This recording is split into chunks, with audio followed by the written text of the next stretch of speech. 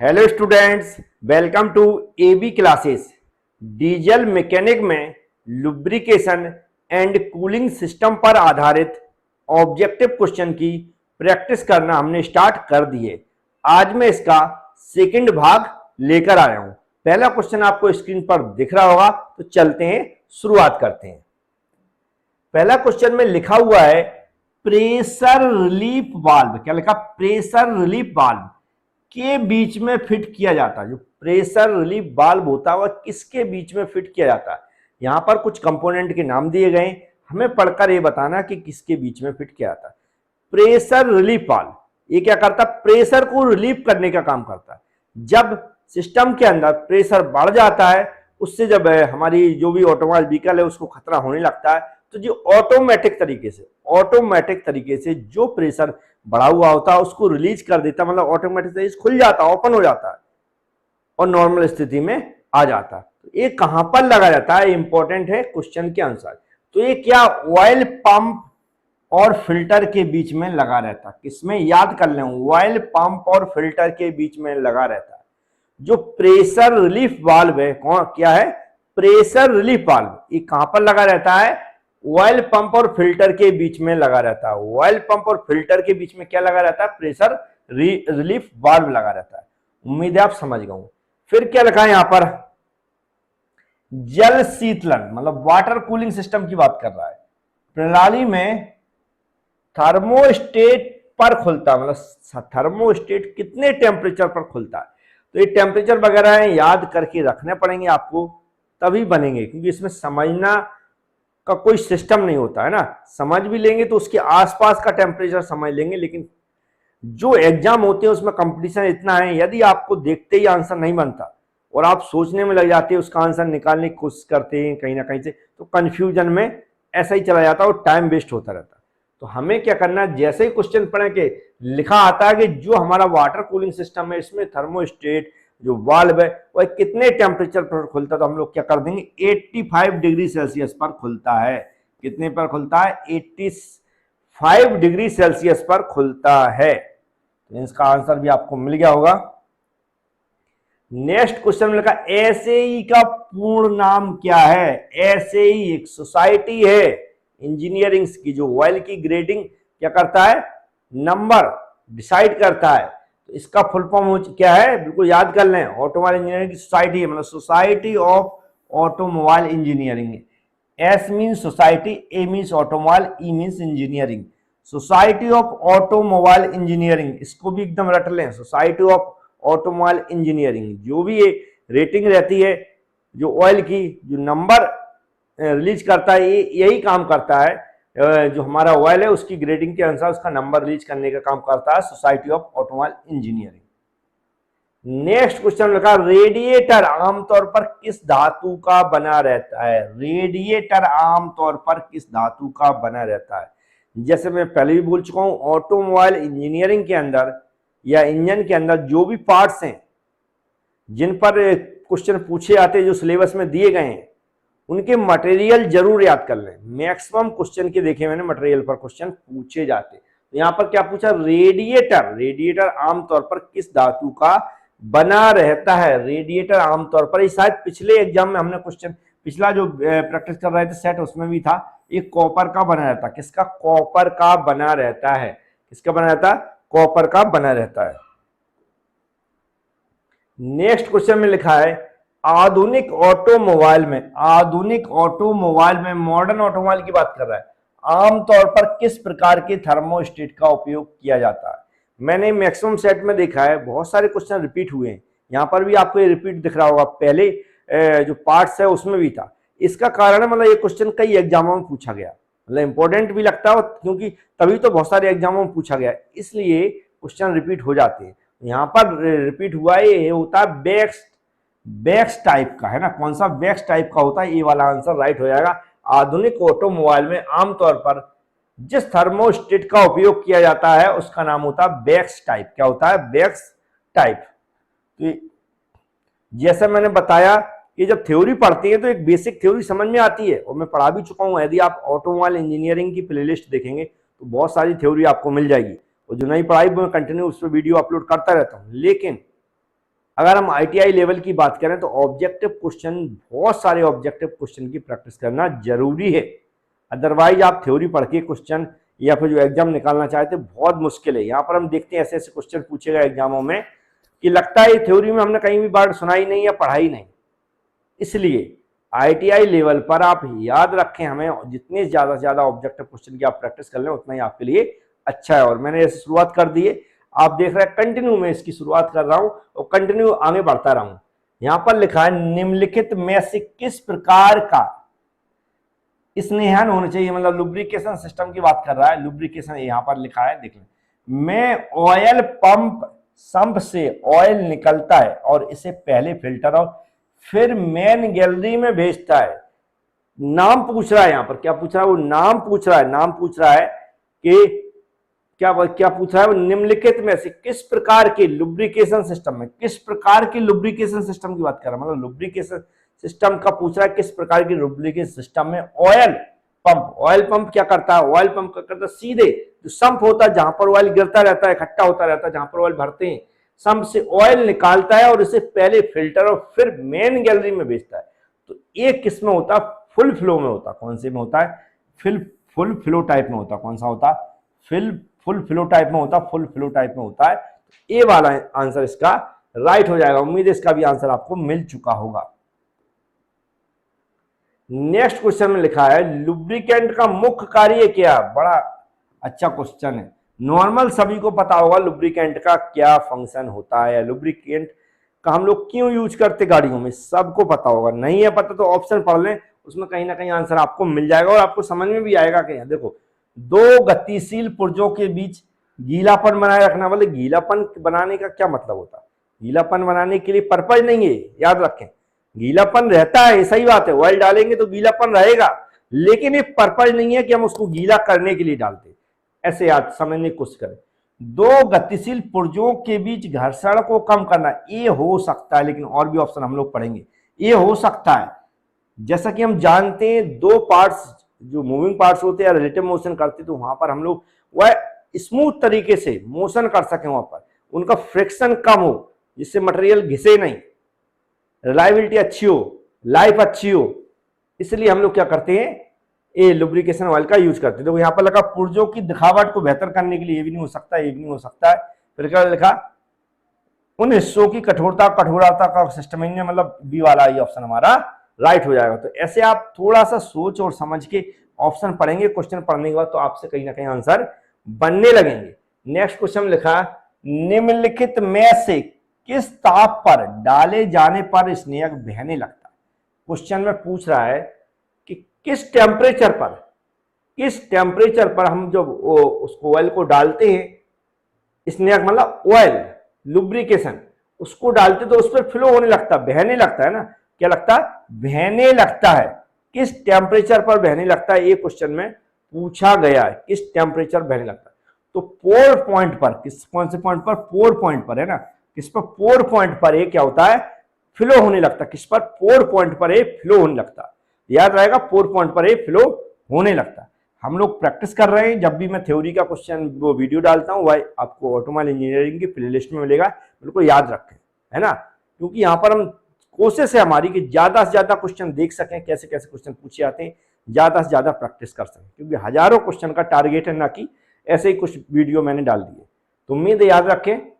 Next question में लिखा, ring oiling प्रणाली में रिंग ऑयलिंग जो सिस्टम को किस रूप में जाना जाता है, किस रूप में जाना जाता है, क्या कह रहा है, रिंग ऑयलिंग सिस्टम को किस रूप में जाना जाता है, रिंग ऑयलिंग सिस्टम को किस रूप में जाना जाता है। याद रखें, ऐसे क्वेश्चन याद करना पड़ते हैं। रिंग ऑयल सिस्टम को किस रूप में जाना जाता है, स्प्लैश फीड सिस्टम के रूप में जाना जाता है। स्प्लैश फीड सिस्टम है, उसको हम लोग किसके रूप में जानते हैं, रिंग ऑयलिंग सिस्टम के रूप में जानते हैं। याद रखें, जो हमारा स्प्लैश फीड सिस्टम है, कौन सा, स्प्लैश फीड सिस्टम है, याद रख लें बिल्कुल, स्प्लैश फीड सिस्टम है। इसको हम किस नाम से और जानते हैं, रिंग ऑयलिंग सिस्टम के नाम से जानते हैं। किससे के, रिंग ऑयलिंग सिस्टम के नाम से जानते हैं। उम्मीद है आपको याद हो गया होगा। नेक्स्ट क्वेश्चन में लिखा हुआ है, रेडिएटर में पानी का स्तर कम होने पर क्या होता है। अब ये कॉमन सेंस वाला क्वेश्चन है, रेडिएटर में पानी का स्तर कम हो जाएगा तो क्या होगा। इनमें ऑप्शन पढ़ेंगे तो आपको आंसर मिल जाएगा। मतलब पढ़ने की भी जरूरत नहीं है। अगर आपने थोड़ा बहुत पढ़ा है रेडिएटर के बारे में तो समझ जाएंगे। रेडिएटर के अंदर पानी का स्तर कम होने पर क्या होगा, देखो लिखा है इंजन स्टार्ट नहीं होगा, तो इससे कोई संबंध नहीं। इंजन तो स्टार्ट पहले से ही है, मान लो इंजन की सीज हो जाएगा, इससे भी एकदम से सीज नहीं होता। इंजन अत्यधिक गर्म हो जाएगा, हाँ क्रैंक साथ घूमती नहीं है गलत। इंजन अत्यधिक गर्म हो जाएगा क्योंकि वाटर जो हम भरते हैं इंजन को ठंडा करने के लिए, जो रेडिएटर में हम लोग वाटर भरते हैं, ऊपर से देखा हो ट्रैक्टर वगैरह में पुरानी या जीपों में देखा हो, तो उसमें जो पानी भरते थे हम उसकी क्यों करते थे, जिससे इंजन ठंडा रहे। लेकिन जब वाटर लेवल कम हो गया, उसमें वाटर नहीं बचा, तो क्या होगा, इंजन गर्म होगा। तो वही लिखा है इंजन अत्यधिक गर्म हो जाएगा, मतलब सी वाला ऑप्शन हमारा राइट हो जाएगा। नेक्स्ट क्वेश्चन में लिखा है,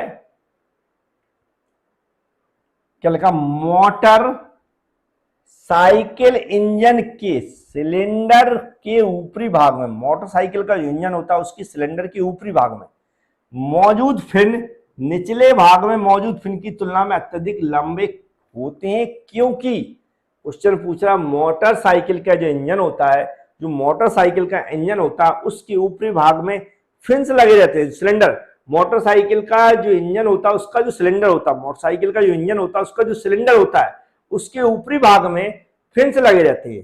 ऊपरी भाग में फिन्स लगे रहते हैं किसमें, मोटरसाइकिल के इंजन जो सिलेंडर होता है उसके ऊपरी भाग में फिन्स लगे रहते हैं, और निचले भाग में भी फिन्स लगे रहते हैं। लेकिन निचले भाग में मौजूद फिन की तुलना में अत्यधिक लंबे क्यों होते हैं, निचले भाग में मौजूद फिन की तुलना में, फिन्स की तुलना में मतलब लंबे क्यों होते हैं, ऐसा आंसर क्वेश्चन में पूछा गया। तो ऐसे क्वेश्चन के लिए ऑप्शन जरूर एक बार पढ़ लें।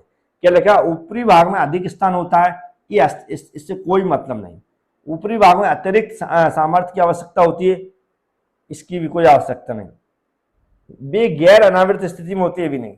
गर्म हवा ऊपर उठती है, मतलब ये है गर्म हवा जिस पर्पज से लगाए जाते हैं उस पर्पज टाइप का ऑप्शन देखें, उस एयर को अंदर करने के लिए, क्योंकि मोटरसाइकिल इंजन में देखा होगा फिन्स लगी जाती है इंजन को ठंडा करने के लिए, लेकिन उसमें पानी नहीं डलता, इसलिए पानी देखा आपने कभी मोटरसाइकिल में डालते नहीं देखा होगा। तो फिन्स है जो एयर कूलिंग सिस्टम का यूज किया जाता है, हम क्या बोलेंगे, एयर कूलिंग सिस्टम का यूज किया जाता है, और एयर कूलिंग के लिए हम फिन्स का उपयोग करते हैं। तो वही क्वेश्चन पूछा गया था कि ऊपरी भाग में फिन्स लगी रहती हैं उनकी तुलना में मौजूद में निचले भाग में मौजूद फिन की तुलना में वो अधिक लंबे होते हैं। क्यों होते हैं, क्योंकि गर्म हवा ऊपर उठती है तो उनको कंट्रोल करने के लिए। तो हमारा हो जाएगा डी वाला ऑप्शन राइट। नेक्स्ट क्वेश्चन लिखा, निम्नलिखित में से, क्या लिखा, निम्नलिखित में से कौन सा कूलिंग प्रणाली का हिस्सा नहीं है। अब क्वेश्चन पूछ रहा है इन सब में से हमें बताना है, ये जो पार्ट्स के नाम लिखे इनमें से बताना है कौन सा कूलिंग सिस्टम का पार्ट्स नहीं है। याद रखें, कूलिंग सिस्टम का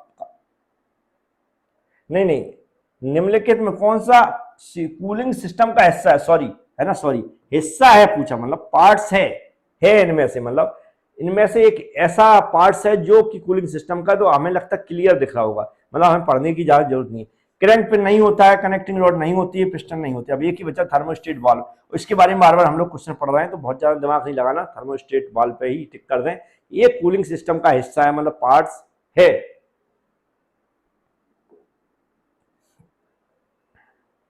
नेक्स्ट क्वेश्चन लिखा, निम्नलिखित में से तेल का विस्कोसिटी या ग्रेड उच्चतम होता है। क्या पूछ रहा है, विच oil has the highest viscosity grade, निम्नलिखित में से किस तेल का श्यानता ग्रेड अधिक होता है।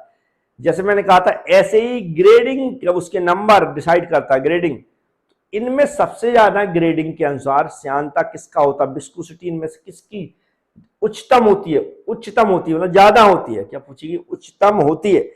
तो ऐसे अब जो ग्रेडिंग इनकी ऐसे ही की लिस्ट वगैरह रहती है बुकों में, कभी हम मैं वीडियो बनाऊंगा इस पर तो आपको बता दूंगा। इसमें अगर हम इसमें देखें, इसमें सबसे ज्यादा जो उच्चतम ग्रेड रहती है वह SAE 5 की रहती है। किसकी रहती है, SAE 5 की रहती है।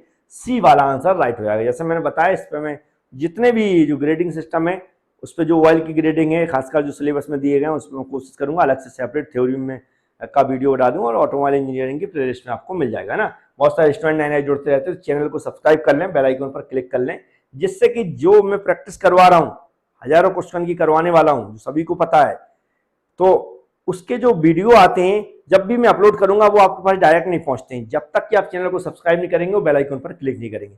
ये दोनों काम करते ही चैनल पे जो सब्सक्राइब लिखा होगा वहां पर क्लिक करके सब्सक्राइब कर लें, बेल आइकन पर क्लिक कर लें, आपके पास वीडियो पहुंचने लगेंगे। इसके बाद भी प्रॉब्लम होती है तो आप हमें क्या करें, इस नंबर पर हाई करके भेज दें और बोल दें कि सर इस सब्जेक्ट की प्लेलिस्ट चाहिए।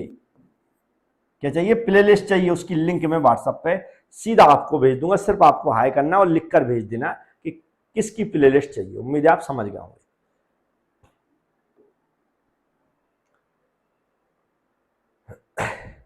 नेक्स्ट क्वेश्चन में लिखा निम्नलिखित में से कौन सा किसी लुब्रिकेंट का सबसे महत्वपूर्ण गुण है ना, मतलब है का पूछा। इनमें से जो हमारा लुब्रिकेटिंग सिस्टम है, लुब्रिकेटिंग ऑयल है, उसकी जो प्रॉपर्टी होती है उनमें से कौन सी जो सबसे इंपॉर्टेंट प्रॉपर्टी,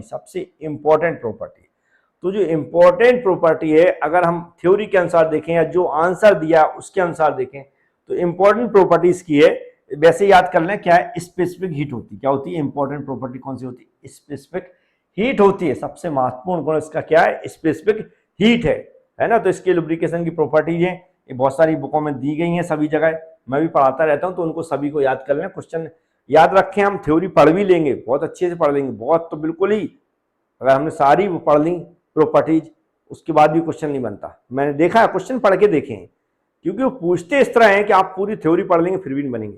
तो इसलिए हम जो ऑब्जेक्टिव क्वेश्चन की, हजारों ऑब्जेक्टिव क्वेश्चन की प्रैक्टिस करने वाले हैं, तो आप कंटिन्यू इसको देखते रहें और सुनते रहें। क्या लिखा? नीचे वाला होज मतलब पाइप, नीचे वाला पाइप के बीच जुड़ा रहता है। नीचे वाला जो पाइप है, lower hose pipe is joint between, किन के बीच में जुड़ा रहता है? जो नीचे वाला पाइप है वह किन के बीच में जुड़ा रहता है? जो नीचे वाला पाइप है वह किन के बीच में जुड़ा रहता है?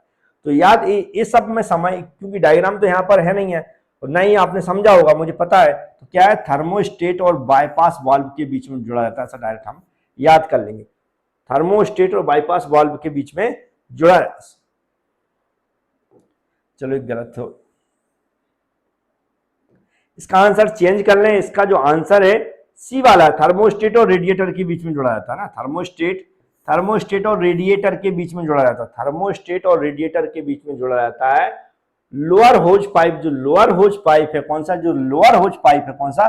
लोअर होज पाइप है वह किसके साथ, किसके बीच में जुड़ा रहता है? थर्मोस्टेट और रेडिएटर के बीच में जुड़ा रहता है। तो थोड़ा याद भी हो जाएगा, इसलिए मैं बार बार रिपीट कर देता हूं। तो उम्मीद है पर्पज यही है, क्योंकि आपको ज्यादा से ज्यादा क्वेश्चन याद हो जाएं, इसलिए मैं रिपीट करते रहता हूं। किसी कूलिंग, क्या लिखा? किसी कूलिंग सिस्टम में एक छोटी डीसी मोटर का उपयोग निम्न में से किस डिवाइस में किया जाता है? क्या कह रहा है? किसी कूलिंग सिस्टम में, जो पूरा कूलिंग सिस्टम है उसमें एक छोटी डीसी मोटर का उपयोग किया जाता है। क्या है? जो कूलिंग सिस्टम है उसमें जो डिफरेंट टाइप्स के हम पार्ट्स यूज करते हैं या बहुत सारे सिस्टम यूज करते हैं कूलिंग सिस्टम के अंदर उसको प्रॉपर चलाने के लिए, तो वहां पर एक सिस्टम ऐसा है जिसके अंदर मोटर का उपयोग करते हैं, या डिवाइस एक ऐसी है जिसके अंदर मोटर का उपयोग करते हैं। उस डिवाइस का नाम हमें बताना है। तो इसमें बेल्ट में की जाती, किसमें की जाती?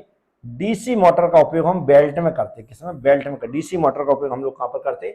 बेल्ट के अंदर कर देते। याद रहेगा किसके अंदर करते हैं? बेल्ट के अंदर किया जाता है डीसी मोटर का उपयोग। बेल्ट के अंदर डीसी मोटर का उपयोग किया जाता है। बेल्ट क्या था जानते होंगे आप लोग, है ना। उसको क्या लिखा? हाँ, नेक्स्ट क्वेश्चन में लिखा है गीलापन सतह के तनाव और फिसलन के संयोजन को कहा जाता है। क्या लिखा? Combination of वेटनेस, surface tension and slippage is non. गीलापन सतह के तनाव और फिसलन के संयोजन को कहा जाता है। गीलापन है और सतह के तनाव और फिसलन के संयोजन को कहा जाता है। तो ये कहा जाता ऑयलनेस। क्या कहा जाता? ऑयलनेस कहा जाता। सी वाला आंसर राइट हो जाएगा। क्या कहा जाता? ऑयलनेस कहा जाता। गीलापन और सतह के तनाव और फिसलन के संयोजन को कहा जाता है ऑयलनेस। ऑयलनेस कहा जाता है, ऑयलीनेस है ना, ऑयलीनेस सॉरी। नेक्स्ट क्वेश्चन रखा कंप्रेस्ड इग्निशन इंजनों में सिलेंडर लाइनों को दिया जाता है। कंप्रेस्ड इग्निशन इंजन में, कंप्रेस मतलब डीजल वाला इंजन है, कंप्रेस्ड इग्निशन मतलब सीआई इंजन है। सीआई इंजन की बात कर रहा है, डीजल इंजन की बात कर रहा है। डीजल इंजन बोल रहा है सिलेंडर लाइनरों में को दी, सिलेंडर लाइनरों को दिया जाता, प्रोवाइड किया जाता। तो क्या प्रोवाइड किया जाता, क्वेश्चन में ऐसा पूछा गया, क्या प्रोवाइड है, क्या, तो ये क्या है, inside cylinder block, cylinder block के अंदर प्रोवाइड किया था। क्या, सिलेंडर ब्लॉक के अंदर प्रोवाइड किया था। क्वेश्चन पढ़ने से नहीं आता समझ में कि क्या पूछा गया, तो ऐसे ऑप्शन पढ़ा करें एक बार जरूर। क्या लगा, इनसाइड सिलेंडर हेड, हम पता है सिलेंडर हेड के अंदर लाइनरों का कोई काम ही नहीं होता, ऑन सिलेंडर हेड ऊपर भी कोई काम नहीं होता, आउटसाइड सिलेंडर हेड ब्लॉक के कोई काम नहीं होता। तो ऐसे करेंगे आप तो आंसर जल्दी मिल जाएगा, क्योंकि बहुत सारे क्वेश्चन तो देखते ही पता चल जाता है यदि आपने थोड़ी बहुत भी प्रैक्टिस की। तो इनसाइड सिलेंडर ब्लॉक के अंदर इन लाइनरों को दिया जाता है।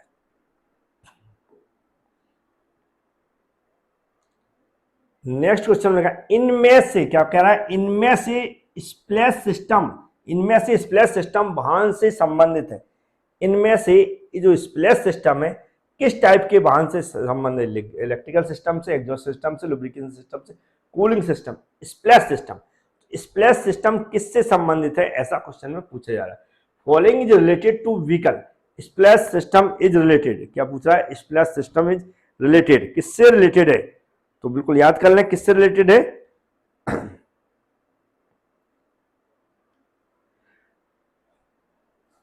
तो बिल्कुल क्लियर दिख रहा होगा, लुब्रिकेशन सिस्टम से रिलेटेड है, क्योंकि इसमें सोचना भी नहीं है कुछ, क्योंकि इस अभी जैसे हम लोग प्रैक्टिस करते आए तो इस स्प्लैश सिस्टम पर भी क्वेश्चन पूछे जा चुके हैं। तो मतलब हमें ये पता चल जाता है ये कहीं ना कहीं जो हमारा सिस्टम, जो लुब्रिकेशन सिस्टम और कूलिंग की हम लोग स्टडी कर रहे हैं उसी संबंधित है। तो क्लियरली लुब्रिकेशन सिस्टम दिख जाएगा आपको, क्योंकि हम लोग अभी मिक्स क्वेश्चन नहीं पढ़ा है, टॉपिक बाय टॉपिक पढ़ रहा है, और टॉपिक बाय टॉपिक पढ़ते हैं तो जल्दी आंसर ढूंढने में आसानी होती है। बलागा वो जो मिक्स क्वेश्चन पढ़ेंगे उसकी भी प्रैक्टिस करेंगे, लेकिन अभी हम लोग टॉपिक बाय टॉपिक कर रहे हैं, जिससे आपको बहुत ज्यादा से ज्यादा क्वेश्चन याद हो जाए और समझ में आ जाए। नेक्स्ट क्वेश्चन में लिखा हुआ है, किसी रेडिएटर कोर को कैसे साफ किया जाता है। अब रेडिएटर कोर को कैसे साफ किया जाता है, ये क्वेश्चन भी कई बार रिपीट हो चुका है। रेडिएटर कोर को कैसे साफ किया जाता है, ये क्वेश्चन कई बार रिपीट हो चुका है। रेडिएटर कोर को जो हमारी फिनिशिंग रिवर्सली है या उल्टा फ्लैशिंग करके इसको साफ किया जाता है, उल्टा फ्लैशिंग करके इसको साफ किया जाता है। रेडिएटर कोर को साफ किया जाता है, इस पर क्वेश्चन कई बार पूछा जा चुका, तो याद कर ले रेडिएटर कोर को कैसे साफ किया जाता है, फिनिशिंग रिवर्सली या उल्टा फ्लैशिंग के करके इसको साफ किया जाता है।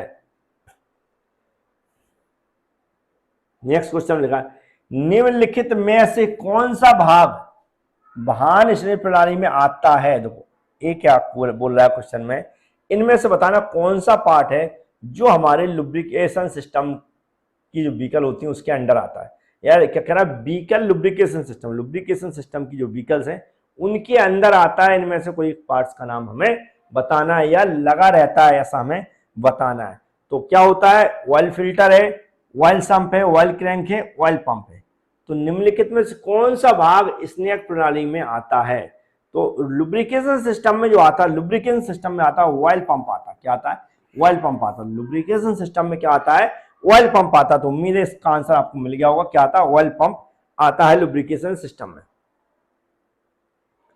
नेक्स्ट क्वेश्चन में लिखा, इंजन शीतलन प्रणाली मतलब कि रेडिएटर का सिद्धांत क्या क्या कह रहा है, principle of a radiator and engine cooling. Engine cooling system में, इंजन कूलिंग सिस्टम में जो रेडिएटर है इसका क्या प्रिंसिपल है, इंजन कूलिंग सिस्टम में रेडिएटर का क्या प्रिंसिपल है, ये आप रेडिएटर के बारे में और आपको जानकारी मिल रही, मतलब गर्म पानी को बड़े क्षेत्र में फैलाना, इसका काम क्या होता है, गर्म पानी को बड़े क्षेत्र में फैलाना। इंजन शीतलन प्रणाली में या फिर जो हमारा इंजन कूलिंग सिस्टम में, इसमें जो रेडिएटर का प्रिंसिपल होता है वह होता है जो हमारा गर्म पानी है उसको बड़े क्षेत्र में फैलाना। तो उम्मीद है इसका आंसर आपको मिल गया होगा। नेक्स्ट क्वेश्चन में लिखा है, एल्युमिनियम कार्यखंड, एल्युमिनियम कार्यखंड रीमिंग के लिए प्रयोग किए जाने वाले शीतलक का नाम है। देखो रीमिंग प्रोसेस होती है, एल्युमिनियम का अगर कोई पार्ट्स है, एल्युमिनियम का कोई वर्कपीस है, उस पर हम रीमिंग प्रोसेस कर रहे हैं, एल्युमिनियम का वर्कपीस है उस पर हम रीमिंग प्रोसेस कर रहे हैं। तो रीमिंग प्रोसेस करते समय जो टूल होगा, जो बिट्स होगी वह गर्म होगी, तो गर्म होने से बचाने के लिए, हीट जनरेट होती है उसको कम करने के लिए हम लुब्रिकेशन सिस्टम में यहाँ पर हम क्या करते हैं, जो कोई कूलिंग सिस्टम यूज करते, क्या करते, कोई कूलिंग सिस्टम यूज करते। तो ये रीमिंग प्रोसेस में एल्युमिनियम के कार्यखंड में कौन सा कूलिंग सिस्टम यूज करते, क्योंकि एक तो इंजन को हमें ठंडा करने के लिए ऑयल का यूज किया जाता है, लेकिन यहाँ पर रीमिंग प्रोसेस के लिए पूछ रहा है। रीमिंग प्रोसेस के लिए जो कूलिंग सिस्टम का हम लोग उपयोग करते हैं वह होता केरोसिन। क्या होता? केरोसिन। केरोसिन का उपयोग किया जाता है, याद रखें। तो इसका याद रख लें, केरोसिन का उपयोग किया जाता है। नहीं तो कंफ्यूजन में क्या होता है, इंजन का ध्यान रखते हैं, ऑयल पर टिक कर देते हैं। नेक्स्ट क्वेश्चन में लिखा हुआ है, थर्मोस्टेट का उद्देश्य इंजन को रखने के लिए, थर्मोस्टेट का जो उद्देश्य है वह इंजन को क्या रखने के लिए? गर्म, ठंडा या नॉर्मल टेम्परेचर, डिजायर्ड या गर्म। मतलब यहां पर पूछा है थर्मोस्टेट का इंजन को किस टाइप का इंजन को गर्म रखने के लिए उद्देश्य, गर्म रखने के लिए लगाते हैं, ठंडा रखने के लिए लगाते हैं, या फिर जो डिजायर्ड टेम्परेचर, जितने टेम्परेचर की जरूरत है उसको उतना मेंटेन करने के लिए लगाते हैं, या फिर गर्म करने के लिए लगाते हैं। तो हमें क्या रखते हैं, थर्मोस्टेट का पर्पज यहाँ पर डिजायर्ड टेम्परेचर। ये गाड़ी में, इंजन में जितने टेम्परेचर की आवश्यकता है उतना मेंटेन करने के लिए हम लोग थर्मोस्टेट का उपयोग किया जाता है। ना ज़्यादा ठंडा ना ज़्यादा गर्म, जितनी ज़रूरत उतना टेम्परेचर को मेंटेन करने के लिए हम लोग क्या करते हैं, थर्मोस्टेट का उपयोग करते हैं। उम्मीद है इसका भी आंसर आपको मिल गया होगा। आज का लास्ट क्वेश्चन याद रखें, ऐसी प्रैक्टिस चलती रहेगी। आप चैनल को सब्सक्राइब कर लें, बेल आइकन पर क्लिक कर लें, चैनल को सब्सक्राइब कर लें, बेल आइकन पर क्लिक कर लें, जिससे कि आने वाले वीडियो की नोटिफिकेशन पहुंचते रहे। और लास्ट में चलते चलते लाइक जरूर कर दें। क्या लिखा? थर्मोसाइफन कूलिंग सिस्टम में, थर्मोसाइफन कूलिंग सिस्टम में, थर्मोसाइफन कूलिंग सिस्टम में पानी का प्रसारण के कारण होता है। थर्मोसाइफन याद रखना, थर्मोसाइफन की बात करें तो याद रखना, थर्मोसाइफन के ऊपर शायद मैं वीडियो बना चुका हूं। Thermosiphon cooling system, thermosiphon cooling system में जो वाटर सर्कुलेशन होता है, क्या होता है, थर्मो जो हमारा पानी का प्रसारण होता है के कारण होता है। किसके कारण होता है? वाटर का सर्कुलेशन। वाटर का सर्कुलेशन किसके कारण होता है? तो ये होता है change in density of the water. Water की डेंसिटी में परिवर्तन के कारण होता है, वाटर की डेंसिटी में परिवर्तन के कारण होता है। क्या कह रहा है? थर्मोसाइफन कूलिंग सिस्टम में, थर्मोसाइफन कूलिंग सिस्टम में जो हमारा क्या होते, वाटर का सर्कुलेशन होता है, जो वाटर का सर्कुलेशन होता हुआ है वाटर की डेंसिटी में परिवर्तन होने के कारण होता है। उम्मीद है आपको इसका भी आंसर मिल चुका होगा। तो इस तरह की हमारी प्रैक्टिस चलती रहेगी। जैसे मैं बता रहा हूँ, डेली आपको वीडियो भी मिल रहे होंगे। थोड़ा दोस्तों में शेयर करें, हेल्प हमारी भी आप कर सकते हैं अपने दोस्तों को बताकर, शेयर करके, वीडियो को लाइक करके, चैनल सब्सक्राइब कर ही लेना, क्योंकि आपको कंटिन्यू ऐसी स्टडी करना है। Thank you.